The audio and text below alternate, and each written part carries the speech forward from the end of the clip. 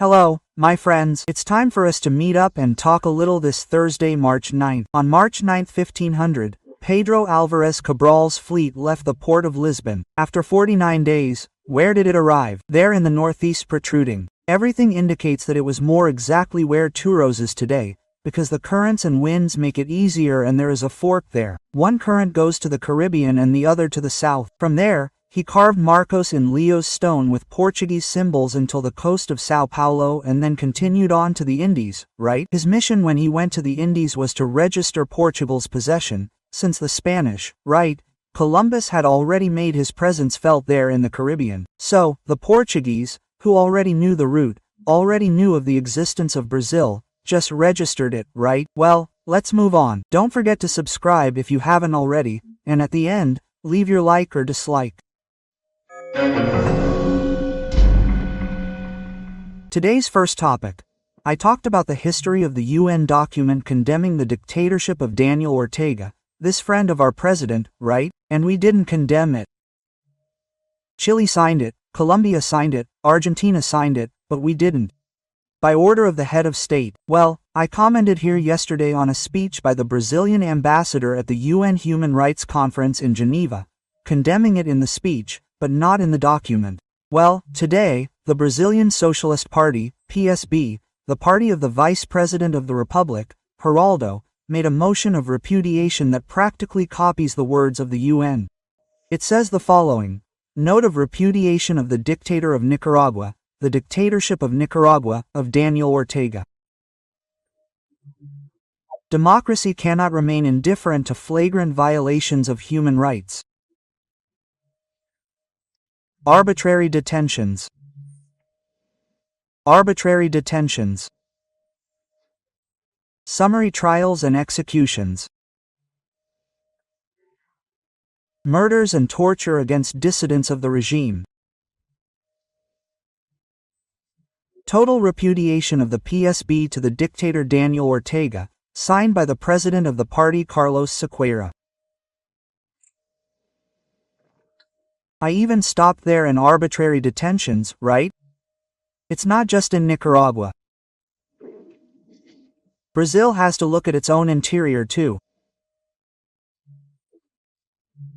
By the way, regarding Brazilian foreign policy, former Foreign Minister Celso Amorim, who is now Lula's Marco Aurelio Garcia, visited Nicolas Maduro in Caracas. Even the photo is very symbolic, right? Looking at the two, Bolivar, on one side the Brazilian flag and on the other side the Nicaraguan flag.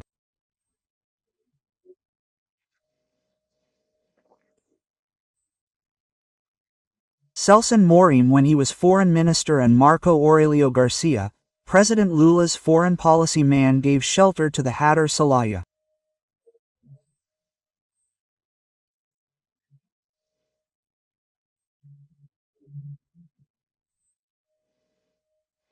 Cia had been dismissed by the Supreme Court of Honduras and was placed in São José, Costa Rica in June 2009. He returned in hiding and took refuge in the Brazilian embassy in Tegucigalpa, and turned the embassy into a sort of political directory.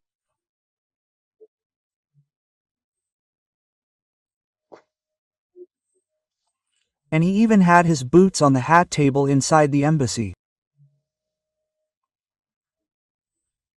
Any well-mannered person wouldn't wear a hat in closed spaces, right? But hey, it happened and now we're here. It's the new old return to Brazilian foreign policy. Well, folks, I wanted to record here a speech by the governor of Mato Grosso, Mauro Mendes Ferreira, from União, Brazil. He was mayor of Cuiabá, he was president of the Federation of Industries of Mato Grosso. Now, meeting with representatives of the Agro of Mato Grosso and having the Secretary of Security at his side, he said, "Don't you dare invade other people's property here in Mato Grosso." I gave the order to the Security Secretary and the Security Secretary shakes his head. Zero tolerance for this crime. I mentioned here yesterday, right, that the Minister of Agrarian Development is encouraging negotiations between Susano and the MST, which invaded Susana's property. I asked negotiation, what kind of negotiation? Someone invades your house without your permission, without your knowledge, what are you going to negotiate? Right? Well, folks, look at what happened. I'm going to talk now about two events in Rio Grande do Sul. Jacatinga. Look at that name, right? Jacatinga, apparently, is a small jacu, right? It's a tiny town, with 3,600 inhabitants in Rio Grande do Sul, close to a city bigger than Arequim.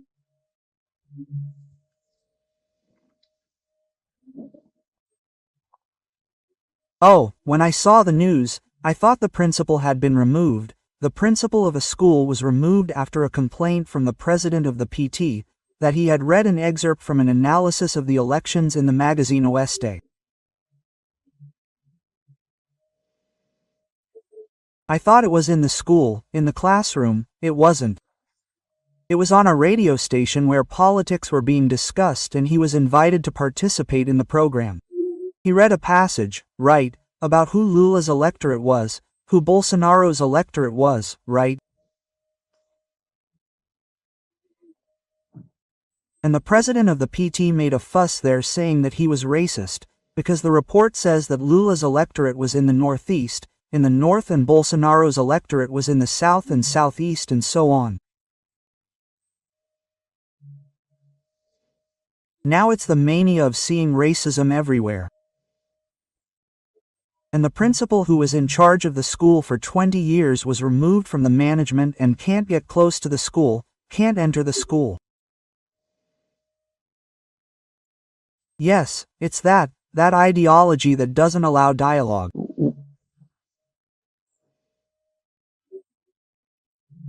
It's the ideology of the single word, of the single party, of the single idea, which is stupid, because the clash of ideas is what brings light, right?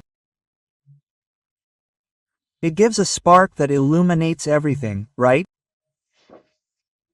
I said that the municipality has 3,600 inhabitants, because 10,000 signed a motion, showing the good services of the principal in front of the school. It's good. And another case from Rio Grande do Sul happened in Porto Alegre. It was reported today in the Chamber of Deputies by former Minister Osmer Terra do, MDB.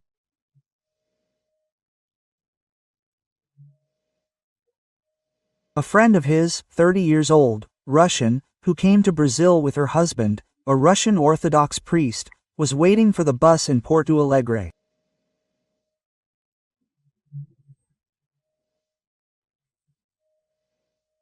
She was at the bus stop and a robber, who had left on Christmas Eve, tried to snatch her purse. She grabbed the purse and was stabbed and killed.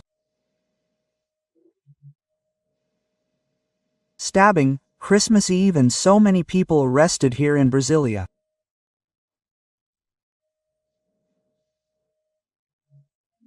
But the convicted man got out to continue robbing and killing. He even showed the photo of this 63-year-old woman.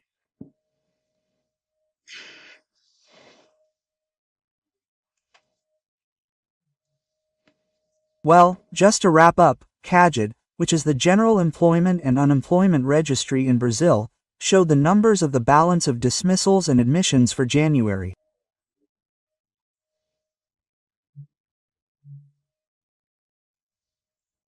A positive balance, that is, new formal jobs in January, 83,300.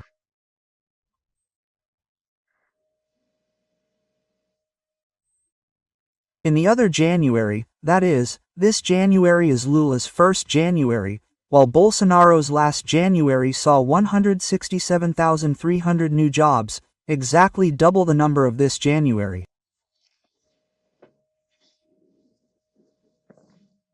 This is worrying, right?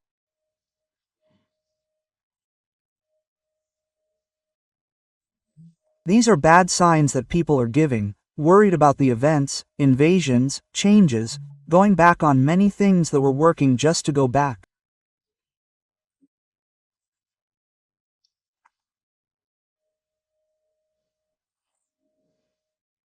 Well, it seems like there is still an electoral campaign steering the course. It's a shame. From Brasilia, Alexander Garcia.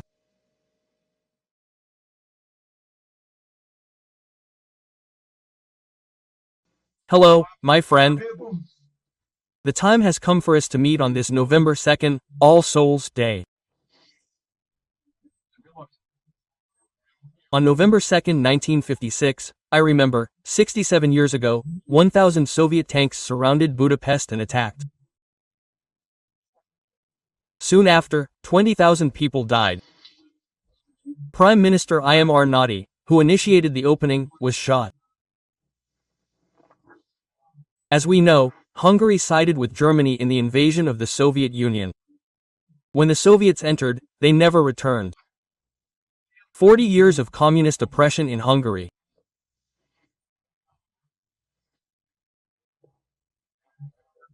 I was there in Budapest. I went to see the memorial. It's a museum of all the monuments, those majestic monuments of communism, trying to glorify communist heroes.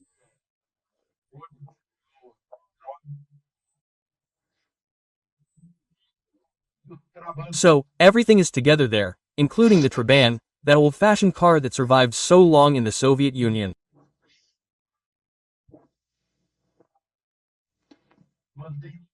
It's kept there for display, as a reminder of the communist oppression of Hungary. Today, a thriving country has freed itself from communism. And now, Saturday is R2 Officer Day. R2 is the unpaid reserve officer. People who graduate from CPOR and NPOR are either pursuing a college degree or have already attended college and go on an intensive course to become reserve officers.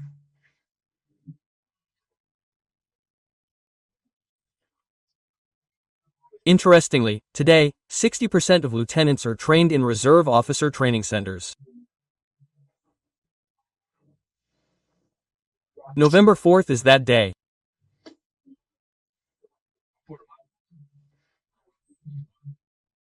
And with the troops trained at the 32nd GAC, Brasilia Artillery Group, I was honored and received a diploma from the president of the Reserve Officers Association, First Lieutenant Norma Regina, who is also a veteran First Lieutenant.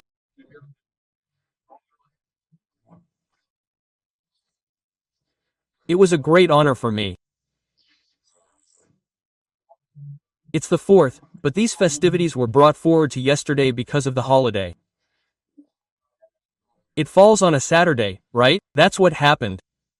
Well, let's move on.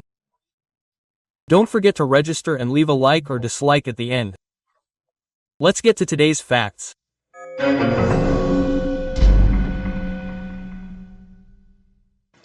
Well, first topic.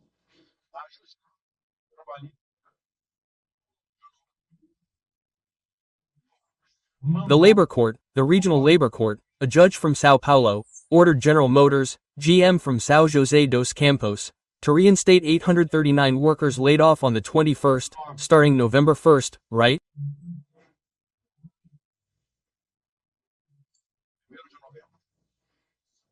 Yeah, under a fine. They were laid off about 300 from the Mogi das Cruzes plant, from the São Caetano plant, due to lack of market, lack of sales, lack of exports. They had already stopped production there for 3 weeks. The São José dos Campos plant produces the Blazer and the S10, right? Yeah, lack of market. And General Motors will be 100 years old in Brazil in 2 years. It started in Sao Paulo, in the Ipiranga neighborhood, in 1925. It's a serious market problem, right? And the trade balance data proves it. There's still a surplus, but October was down compared to October of last year. Exports fell 71% and imports fell almost 21%, 20.9%.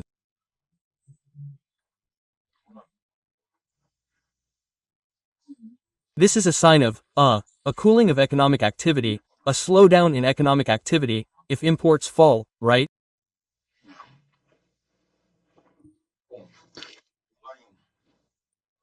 Well, speaking of economic activity, there are places in Rio de Janeiro and Sao Paulo where stores close because they can't handle the insecurity.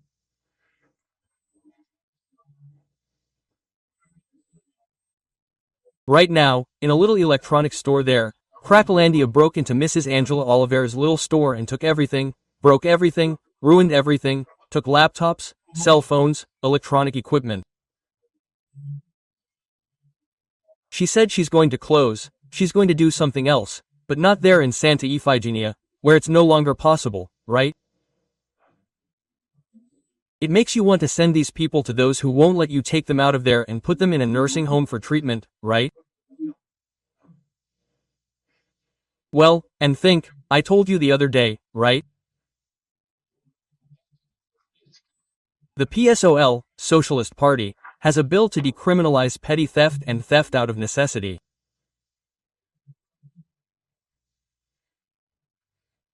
In other words, if 50 people walk into Dona Angela's little store, each one only takes a small item. They all took everything from Dona Angela. But all of this, well, it's not a crime, right? Where are we going? Well, there's another economic issue, tax reform. Finance Minister Fernando Haddad is concerned. He met today with Senator Eduardo Braga, who belongs to the MDB party in Amazonas and is the rapporteur for tax reform in the Senate. It's worth remembering that there's also tax reform in the Chamber of Deputies, with Agnaldo Ribeiro, from PRUEBA, as the rapporteur. And Fernando Haddad is warning. Look, the value-added tax they're creating, the VAT, will be the highest in the world. I just mentioned Hungary. There in Hungary it's the highest in the world, at 27%, here it would be 27.5%, some people are even talking about 28%. Look at the disproportion with Canada, which is 5%, Japan is 10%, Chile is 19%, Portugal 23%.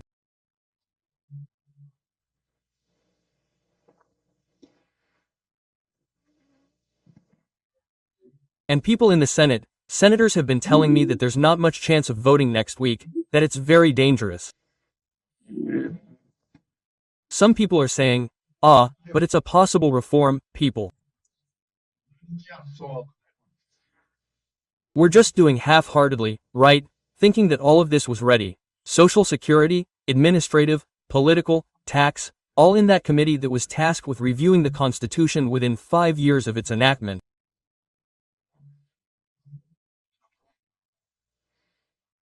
And when Mr. Orestes realized that municipalities would become districts again due to a lack of financial autonomy, he torpedoed it, sent his MDB party to torpedo it, and nothing came of it. We're still fighting, right? There are plenty of people saying, obviously, my God, we need to do administrative reform first. The state is fat, it's bloated, it's slow, it's in trouble, and it's messing everyone up. We need to streamline the state first and then see what revenue the state needs to sustain itself. Folks, the state isn't meant to sustain itself. It's meant to provide services to the people, who are the source of power, the taxpayers. Everyone's arguing. They talk to the top brass of the business confederations and all that, but they just collect the tax. The consumer pays the tax. The automaker can collect the tax, but the one who pays the car buyer, right? The brewery collects the tax on the beer, but the one who pays the beer, because the tax is embedded there.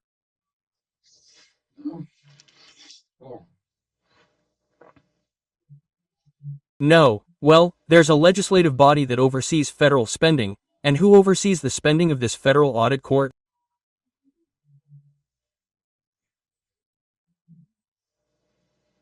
I saw Lucio Vass. He's a humble, even shy reporter, but he does an excellent job overseeing public accounts for Gazzetta do Povo. And look what he found, right? Overseas trips this year alone by TCU ministers.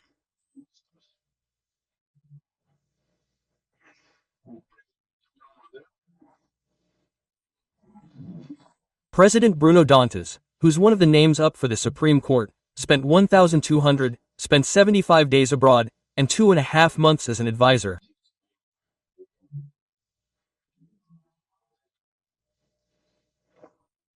He was in Goa, India, and in Kingston, Jamaica, right? Did he audit the accounts there? There it is. Well, W. and Alan Carr, 7 trips, Vital do Rego, 5 trips, Antonio Anastasia, they were in Thailand, Australia, 101 trips, and according to Lucio Vass, according to Gazzetta do Povo, only 3 were for oversight, really, right? Because they even go on visits, to monitor embassy expenses, right? Oh, some like Augusto Nardes, Geraldo Cedras, and Vital do Rego extended their trip, but paid the extra out of their own pockets, right? Then the TCU justifies it by saying it's part of an INTOAI body, which involves 200 countries to improve auditing. I know how this works, right?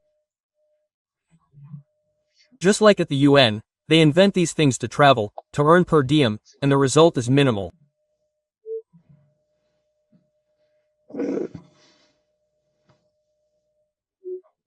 Obviously, it's to spend the money the people pay for good public services, no.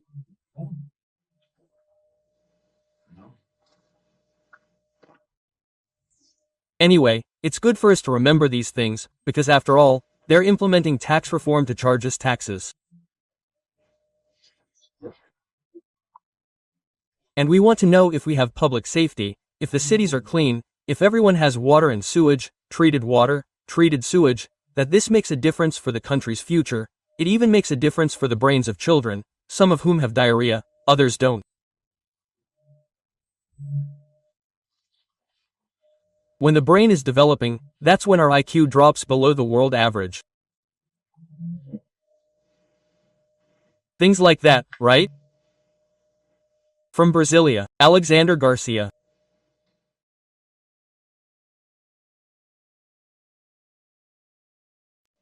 Hello, my friends. The big moment of our meeting has arrived this Sunday, April 24th. Today is the National Day of Brazilian Sign Language, Libras.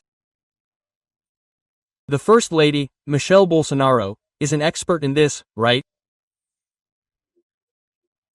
And today is also the day that Cabral's squadron made its first contact with Brazilians, right?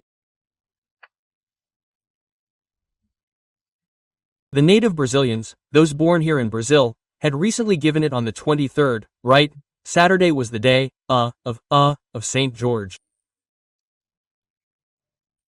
So, they named the cape they found there Cabo de São Jorge, because they found it on the 23rd. Today this cape is called Cabo de São Roque, right? Just to remind you, when they passed by Fernando de Noronha, they named it Ilha da Quaresma, because it was during Lent. And since today is Easter Day, the day of contact with the Brazilians who welcomed them, usually without any hostility, they named that mountain, Serra Verde, Monte Pascoal.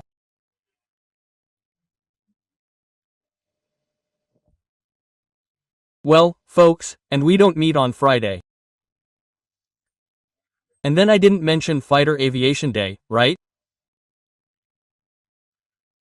Well, that really affects me because the commander of the heroes of World War II, of fighter aviation, of the 1st Fighter Aviation Group, Nero Moura, right, is from my city. We are both from Cachoeira do Sul. His brother who also died in combat, yeah, he's from Cachoeira. And on the 22nd, President Bolsonaro went to the Santa Cruz Air Base to celebrate Fighter Aviation Day. Why was it the 22nd? Because on the 22nd they did 44 sorties, that is, 44 missions in a single day. A handful of pilots went there. I wrote it down here, there were 51 pilots. 7 died in combat, some others died in other accidents, etc., or were out due to illness.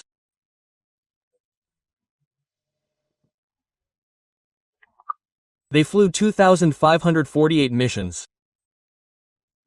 Only one, Alberto Martins Torres, flew 100 missions. This is exceptional. The American pilots flew 15 missions, went home to rest, and were replaced by others. They had plenty of pilots, but we didn't. They were all volunteers, right? And of those 51, 7 were killed in combat, 12 were shot down, parachuted, crashed down there, were arrested, and others fled, injured, right? They all recovered. That's right. And then they received 2 more grippers at the Santa Cruz Air Base, for a total of 4 that arrived, right? The grippers will be added to the Brazilian fighter aircraft, which has the F-5, the AMX and the Supercanos manufactured here, which are taking care of the Amazon border, right? And then the AMXs are arriving. It's been 77 years since this great day, right? A day of war, right, of 44 sorties. Well, my tribute to the Alexacio fighter aviation. Don't forget to leave your like or dislike.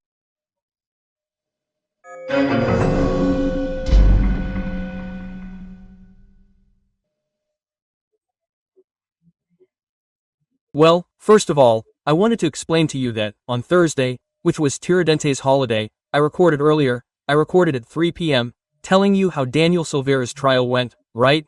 And all the mistakes, the arbitrary actions, right?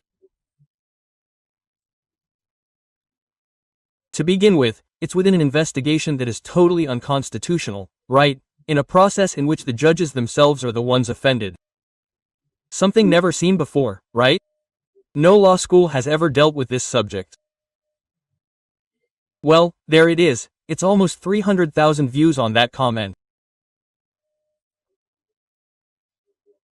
And I want to bring you now the comment I made on Friday night on Jovam Pan, with the pardon and the following day, the pardon of the President of the Republic. So, I say the following, I said it on Jovam Pan, I'll pass it on to you. Tiradentes Day, freedom even if late. There was a pardon. The President did not do as Pilate who washed his hands, nor as those who released the Barabbas of Lava Jato.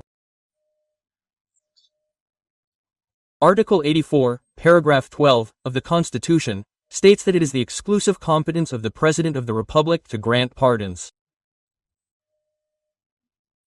And the Code of Criminal Procedure, in Article 734, establishes that the President of the Republic has the power to grant this pardon, right, to whomever he wants, whenever he wants. The pardon includes a prison sentence, a fine and restrictions on rights. In other words, revoking a mandate, which the Supreme Court did not have, has nothing to do with revoking a mandate. The one who revokes a mandate is the Chamber of Deputies, as the Supreme Court itself has already ruled. Right? Well, there were people who said that this is unconstitutional. It seems that they don't read the Constitution. What matters is what is written in the Constitution and not what they think should be written, right? If that's the case, if each person makes their own constitution, then democracy is over. Well, the vote of Alexander de Moraes himself circulated on the networks confirming Temer's pardon, right, who was the one who nominated him, saying that the pardon is a prerogative of the President of the Republic. Minister Rosa Weber has also said this in other pardons, right? Well, what also circulated was Alexander de Moraes saying that those who don't want to be criticized should stay out of public life, right? Well, it was 10-1, right, as we know. Then they ask me what conclusions I draw from the episode. Then I said, it's incredible that the head of the executive branch has to come to the defense of the legislative branch that is cowering in the face of interference from the judiciary, perhaps out of fear, right?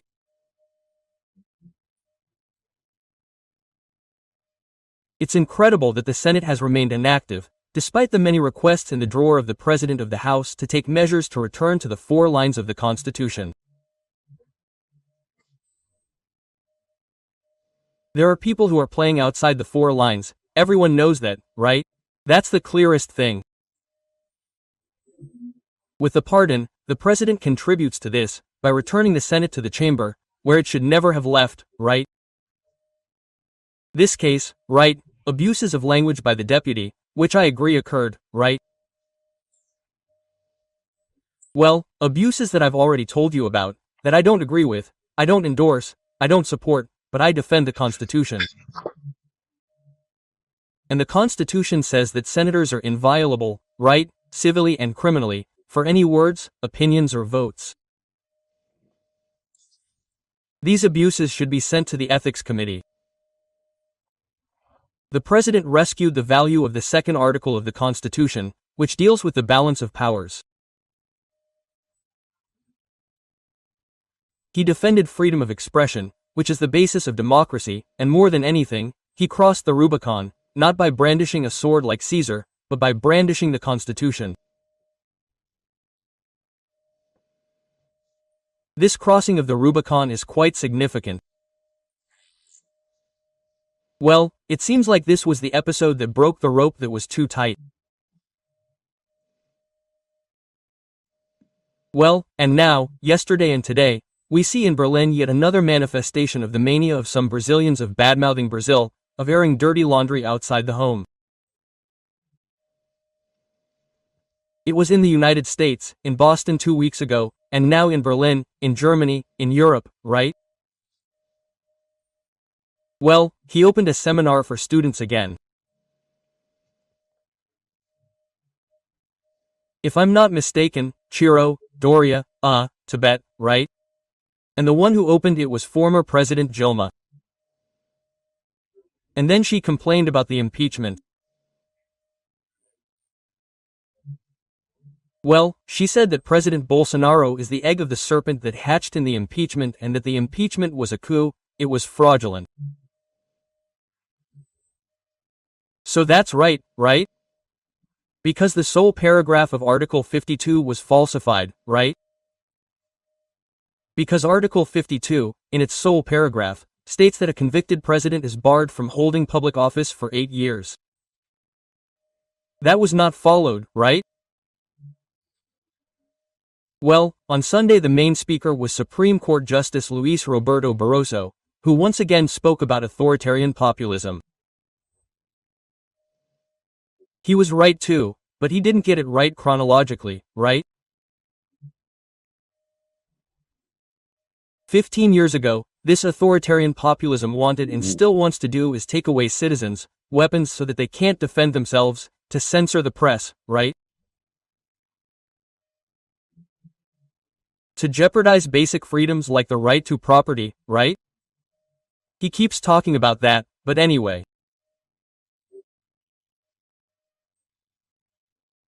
Then Barroso said that the military, the armed forces are being instructed to discredit the electoral process and attack the electoral process.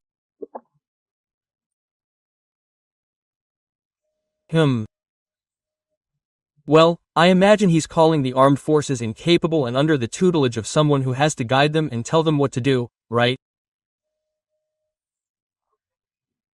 He made a reservation that the armed forces have never produced any news and that they have an exemplary performance, right?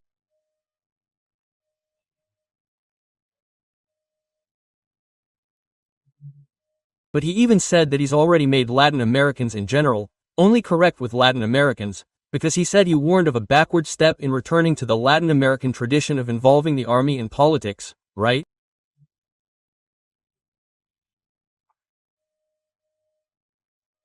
Well, anyway, I can only imagine, right?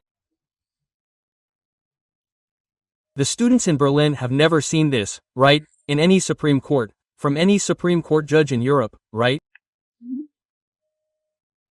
I would even use Balak's verses, right? I would say student. Well, you won't see any Supreme Court like this, right? Well, it's a good.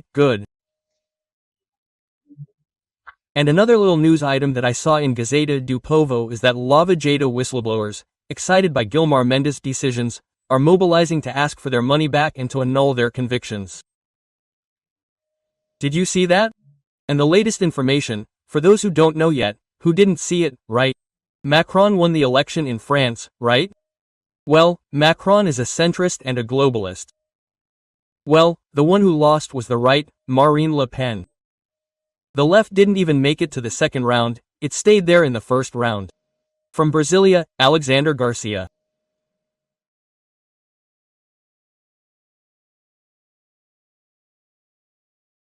Hello, my friend. Time for our meeting this Tuesday, September 9th. Today is a day when the main news is linked to social media.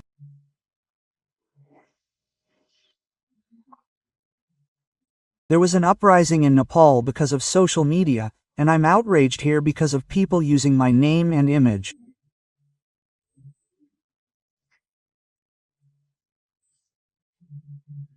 And now one of these people is using Alexander Garcia, my YouTube channel. My website is Alexander Garcia Official, all together, and he uses the official one without the vowels.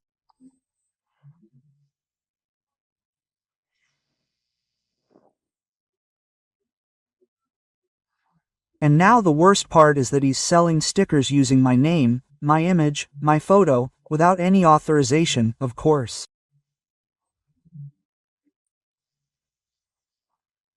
He's acting like a kind of prosecutor of my work, right? Put it in a small way. It's Alexander Garcia's fan club. What do you mean?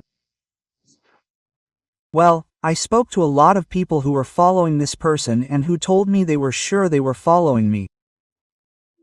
Relatives, friends, neighbors were being deceived by this person. This is dishonest, obviously, right? I'm reporting this and, if possible, taking legal action to ensure that everything he earned, using my name and photo, is donated to 4 daycare centers I support here in Brasilia, okay?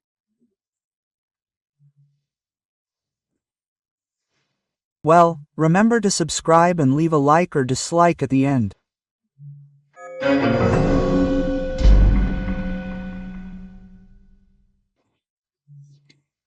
Well, today's big topic concerns, yes, social media.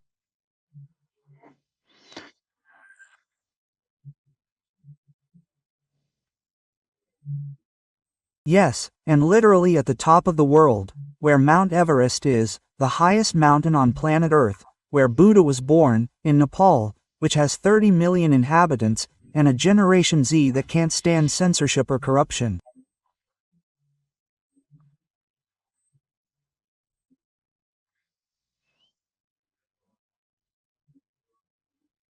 Generation Z are the young people born in the digital age, in the era when the digital world amplified the voice of all those who hold power in democratic countries.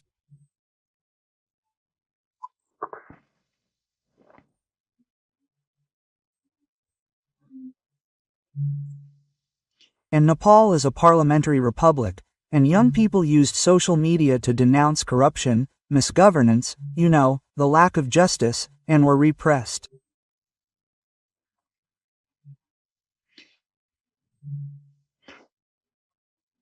And at the same time, the government blocked more than 20 platforms, including the well-known ones, X, WhatsApp, Facebook, Instagram, and YouTube. Then the young people rose up. Do you know what they did yesterday? They burned down the head of government's residence, the parliament, the Supreme Court, right? They persecuted the politicians who were indifferent to all this, just minding their own business selfishly. The young people demonstrated what a popular uprising in search of freedoms is. The Prime Minister's wife even burned to death inside the official residence. Of course, the Prime Minister resigned.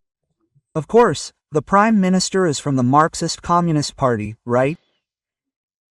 Which is a party that doesn't support freedoms. Nepal shouted from the rooftops for the whole world to hear.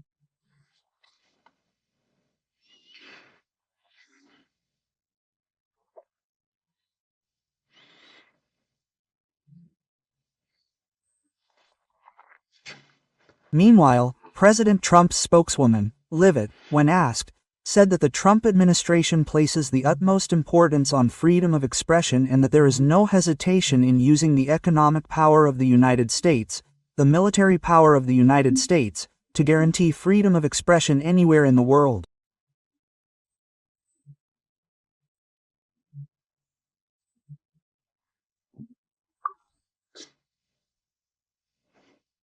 It's another message from the White House.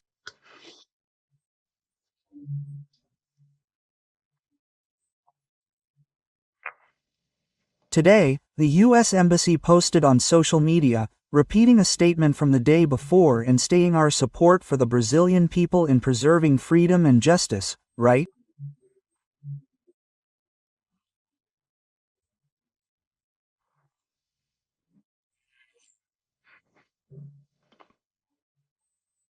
Well, and then he sent a message to Minister Alexander de Moraes and the individuals, he called them individuals, whose abuses of authority have undermined these fundamental freedoms.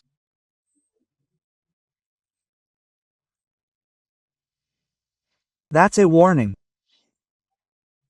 We will continue to take appropriate measures. In other words, more measures will come. Well, and then there was the continuation of Bolsonaro's trial, right? A group of 7, all predictable, right? You, of course, know that. I've already said here, it's not worth following. We already know the result. Moraes obviously voted for conviction, right? Arguing, at least the official agency emphasizes this, that there is no doubt about the coup attempt. Bolsonaro was the leader. There is no doubt, no proof, right? Something like that requires no doubt, there must be proof. Well, he was the leader, because he exists, because he awakened the Brazilian right wing, which was asleep and deceived, right?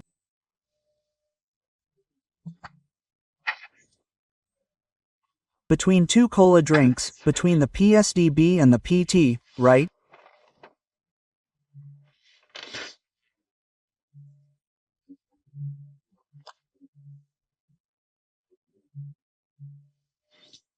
Well, Dino said that those who committed this attempted coup cannot be pardoned, because the Supreme Court had already declared that a coup, right, or that such an act is not subject to pardon or amnesty.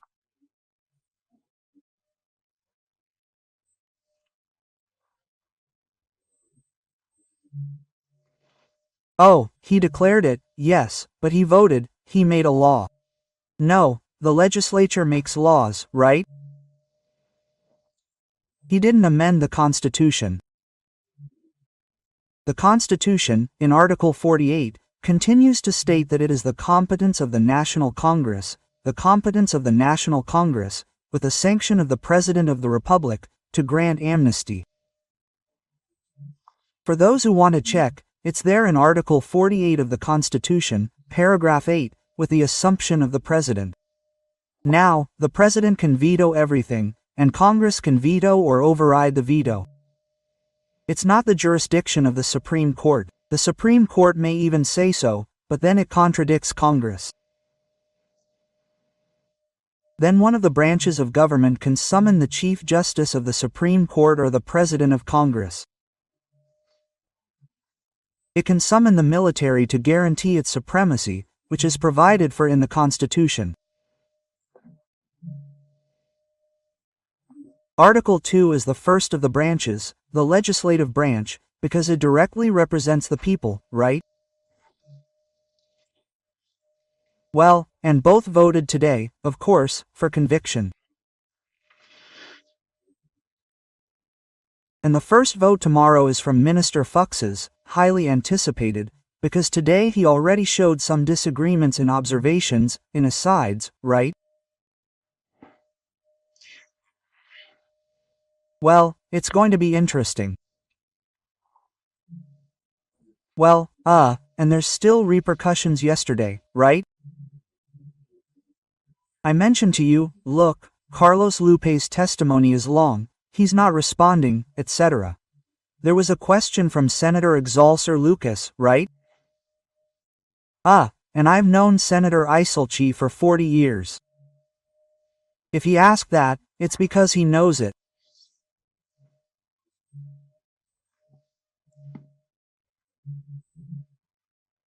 He discovered that approximately 500,000 children and adolescents who are INSS beneficiaries due to illnesses such as Down syndrome, cerebral palsy, muscular atrophy, and schizophrenia had their names used to obtain payroll loans, using the names of these children.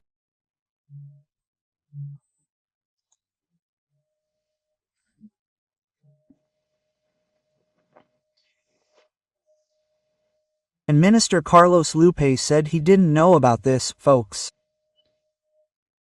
It's much bigger than anyone imagined. It's gigantic, it's Amazonian. Besides using elderly people, it used sick children.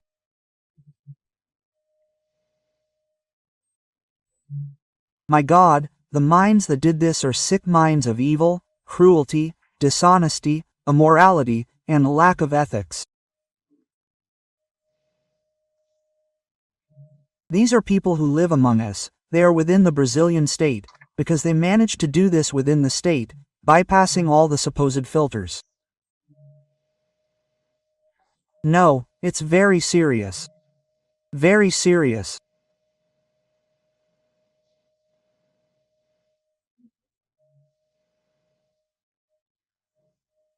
Youth, Generation Z. These youth have woken up because they have access to social media to inform themselves. They are no longer dependent on decisions made, on mainstream media agenda meetings to find out what the people should or shouldn't know.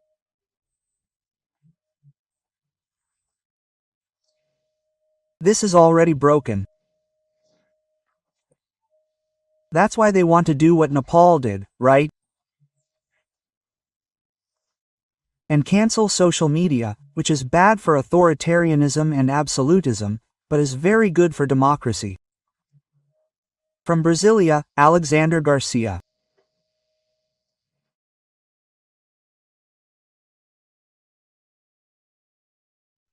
Good afternoon. You'll now be listening to the recording of my commentary for 300 radio stations, which will air this Friday morning, November 25th.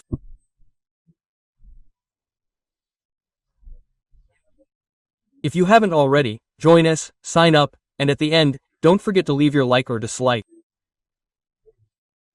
So, let's get to the commentary.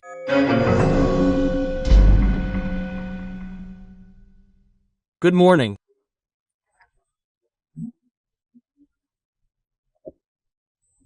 The Chamber of Deputies, as if it had nothing else to worry about, without this whole election issue, the vote count, the old ballot boxes, all this business, approved a bill that prohibits changes to the Bible, both the New and Old Testaments.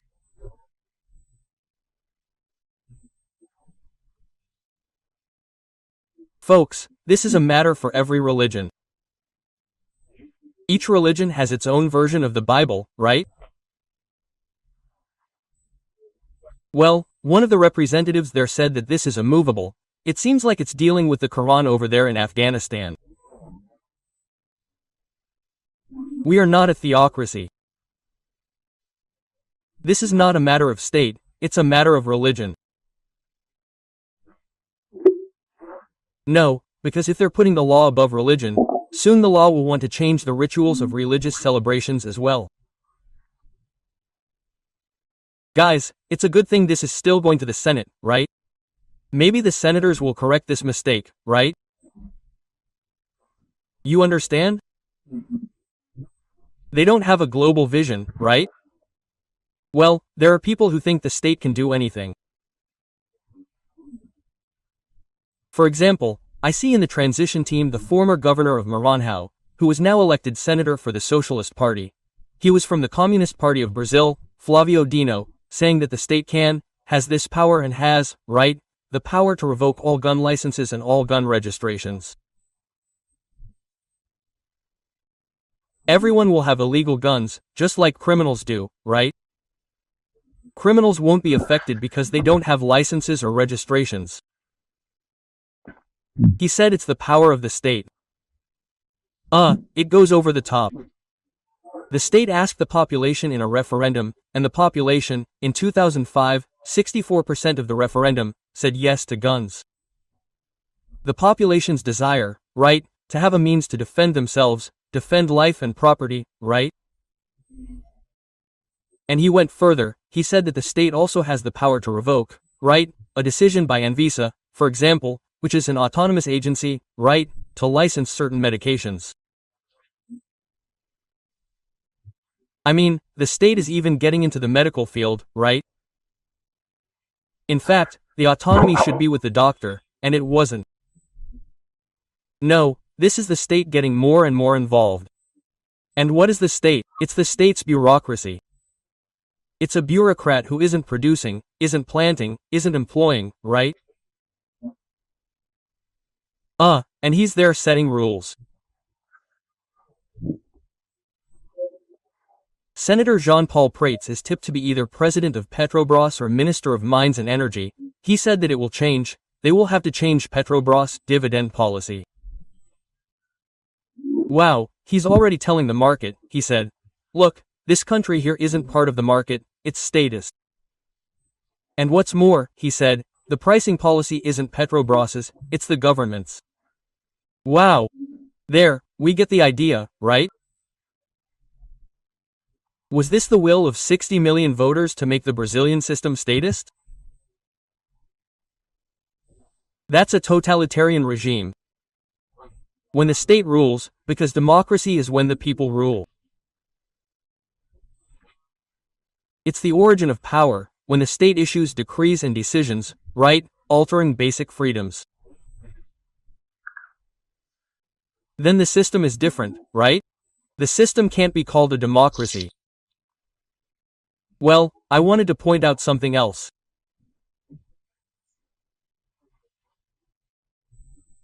In the midst of this election issue, the Speaker of the House traveled to Qatar yesterday to watch a Brazil-Switzerland game.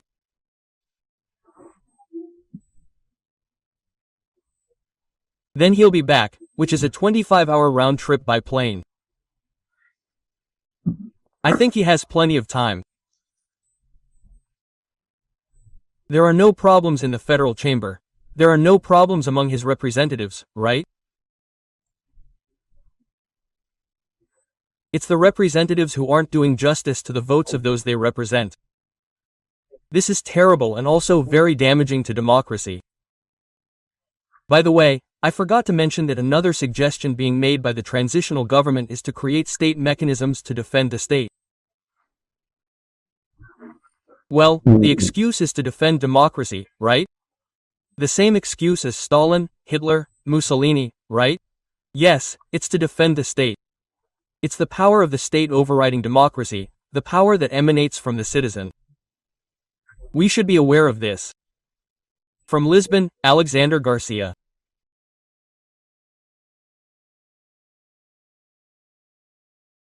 Hello, my friends. It's time for our meeting, our conversation this Tuesday, July 4th, American Independence Day, in 1777. Did you know that for 11 years the United States was a confederation of independent states, right? That's why it was called the United States of America. Then, with the Constitution, it became a federal republic. In 1807, Giuseppe Garibaldi, Beppe Garibaldi, was born in Italy and came to Brazil, married Anita in Laguna. They both fought in the Farroupilha Revolution, then fled to Montevideo, went to Italy, and participated in the Italian unification. Italy was a series of states. It had everything, including papal states, right? And so, José Garibaldi is a hero of two worlds, the old world and the new world. And Anita also fought in the Farroupilha Revolution. And if you go to one of the hills in Rome, there's a huge monument, a bronze Anita on a horse with a child in her arms and a rifle in her other hand. Anita Garibaldi is the name of a street in Italy, in many Italian cities. A native of Laguna, Santa Caterina.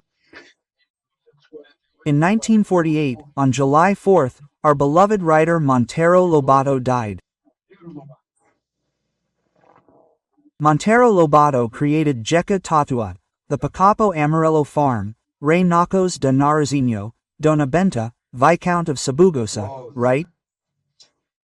And he was a great defender of oil. Oil is ours, so much so that there's a pioneering well in Bahia called Lobato. Well, let's move on. Let's get to our topics for today. Don't forget to subscribe. We'll reach 3 million and at the end, leave a like or dislike.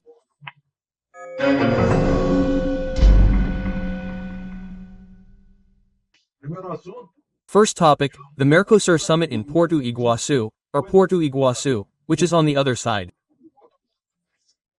There's a bridge from Foz do Iguaçu, right? Triple border, but that's where the old Stressner port is, right? Well, what now? Well, your age is Eastern, Uruguayan, Paraguayan. They held a meeting there, and, interestingly, President Lula said, he defended Maduro, the Venezuelan regime, again. He said that, well, in a democracy you can't hide from problems. You have to face them, and therefore, you can't isolate Venezuela. Quote.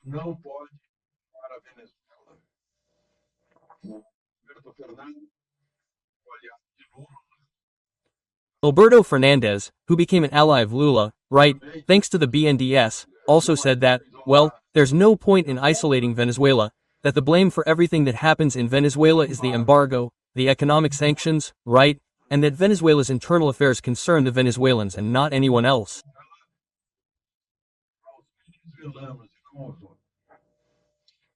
Guys, the president of Uruguay has a tradition of democracy, didn't buy it, right? Well, Luis Alberto Lacajapo said, look, let's not kid ourselves. Venezuela won't solve its problems alone if we don't do something, if Mercosur doesn't take a firm stance, right? Because we're taking in refugees, sheltering Venezuelans who are victims of a regime. Then he mentioned Maria Corina Machado, who was a candidate and was arrested, just like Ortega did in Nicaragua. He arrested all the presidential candidates, and he was elected, right? Yeah, like Lula said, there are a lot of elections in Venezuela, more than in Brazil. That ultimate democracy, according to Lula, is relative, right?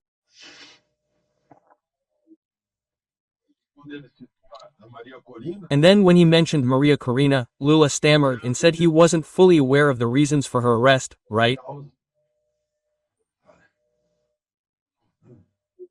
The Uruguayan president explained the reasons, political, not legal, right? It wasn't based on the penal code or anything like that, it was a political arrest. And we, right, are starting to get used to political decisions, right? Well, anyway, Uruguay isn't very happy with this Mercosur thing. And get this, a Secretary of International Affairs at the Brazilian Ministry of Finance gave an interview there saying that it's increasingly necessary to conduct trade transactions between Mercosur countries using each country's currency. Guys, it's true. She said that. A currency from a country with 100% inflation, like Argentina, whose exchange rate is 500 pesos to the dollar. So we're going to buy from, we're going to sell to Argentina, and Argentina pays us with this currency, which has 100% inflation.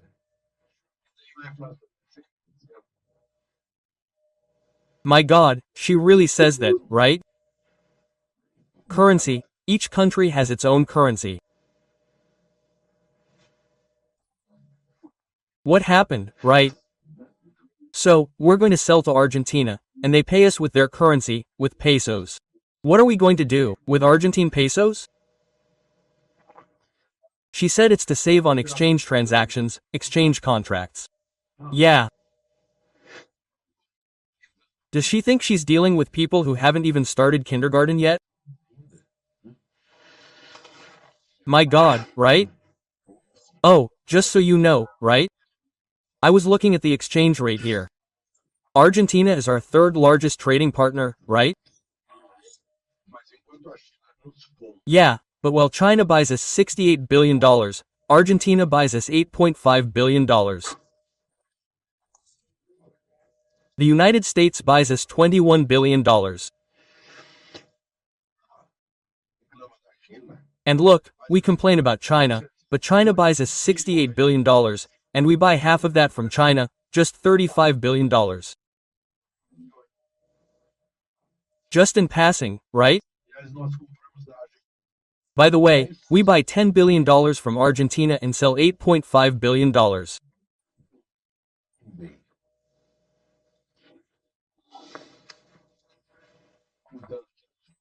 Okay, changing the subject, folks, I saw a defense Flavio Dino made 10 years ago of the printed receipt for digital voting, which is brilliant.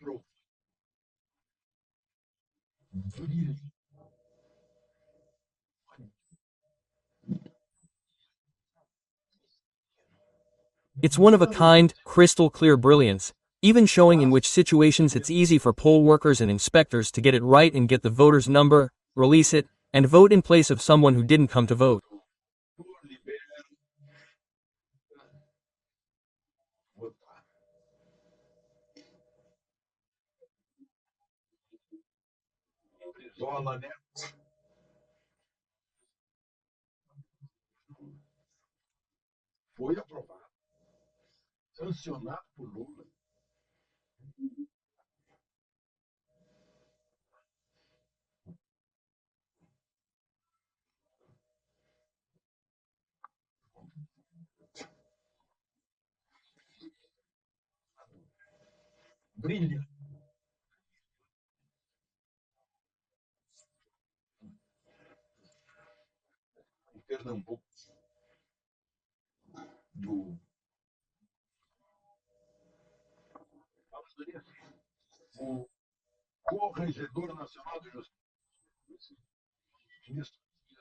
It was a time when he and Bristle and Neto, the National Justice Inspector, Luis Felipe Salamao, said the following: "There's a high demand for judgeships, but we have to ask, who are we selecting?"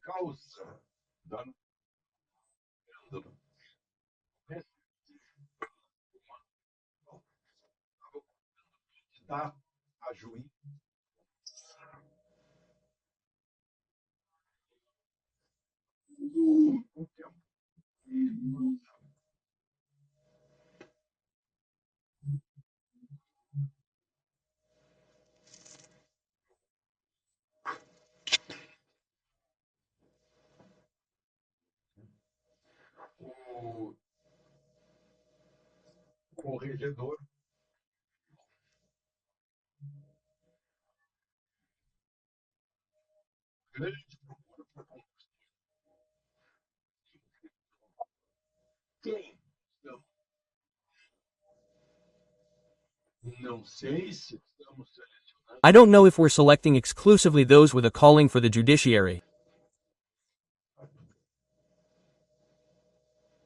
That's important, having a calling. This business of contests, doesn't consider calling. Well, I've already taken the exam, I got first place twice. I know Portuguese, I know math, right? And I know accounting, that's it, I shine. But did I have a calling for this, right? I went through that, and my calling was journalism, right?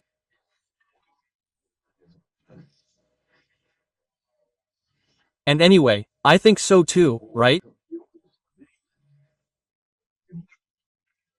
Article 101 of the Constitution states that to be a Supreme Court justice, you have to be 35 and under 65.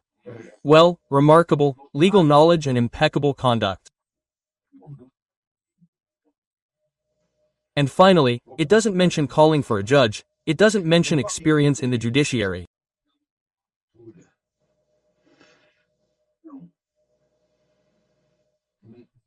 No, it doesn't even require a lawyer with a law degree from the highest court. In the other courts, you just keep going. In the first instance, you have to be a judge, in the second instance too, right? Yeah, things are strange in this country. And now there's this danger of this tax reform that will create more taxes for everyone. Oh my God. The American Revolution that began on July 4, 1776, was because of taxes. The Minas Gerais conspiracy around the same time with Tiradentes, well, was also because of the very high tax of 1/20%. Today we pay almost double.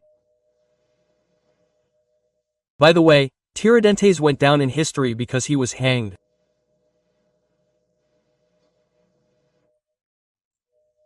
Punishment magnifies.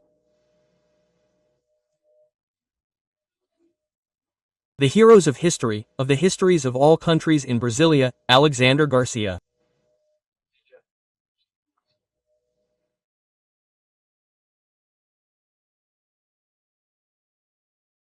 Hello, my friend. It's time for us to meet this Sunday, September 10th.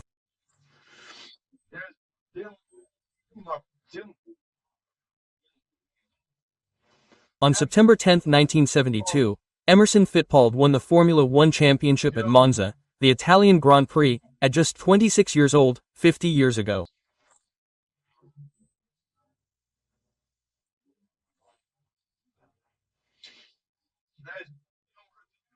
And on September 10, 1976, 47 years ago, Gustavo Kuerten was born in Florianopolis, a three-time champion in Roland Garros.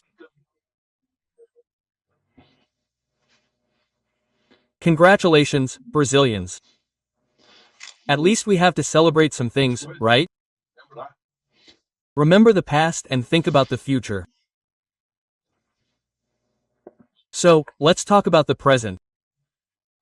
Don't forget to subscribe and leave your like or dislike at the end.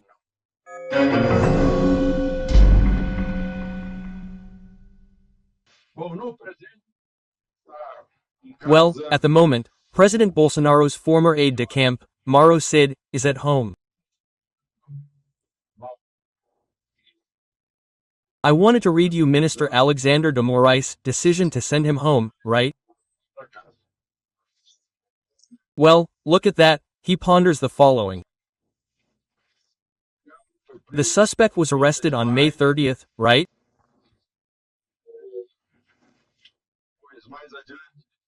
Well, later on August 25th, August 28th, and September 1st, Mauro César Barbosa Cid gave 3 statements to the federal police, necessary to clarify the evidence obtained by the federal police, right?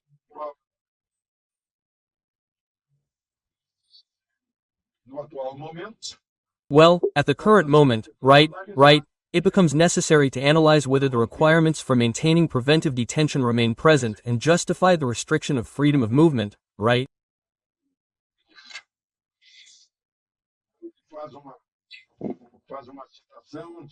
Well, then he cites several jurists from around the world regarding the jurisprudence on this case.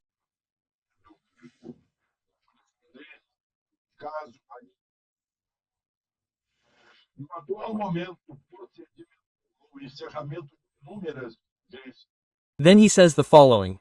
At the current procedural stage, the closure of numerous investigations by the federal police and the 3 hearings of the suspect, after being ordered incommunicado with the other suspects, indicate the unnecessary maintenance of pretrial detention, as none of the exceptional and reasonably provided for in the law that allow for the relativization of freedom of movement for the purposes of a criminal investigation are present.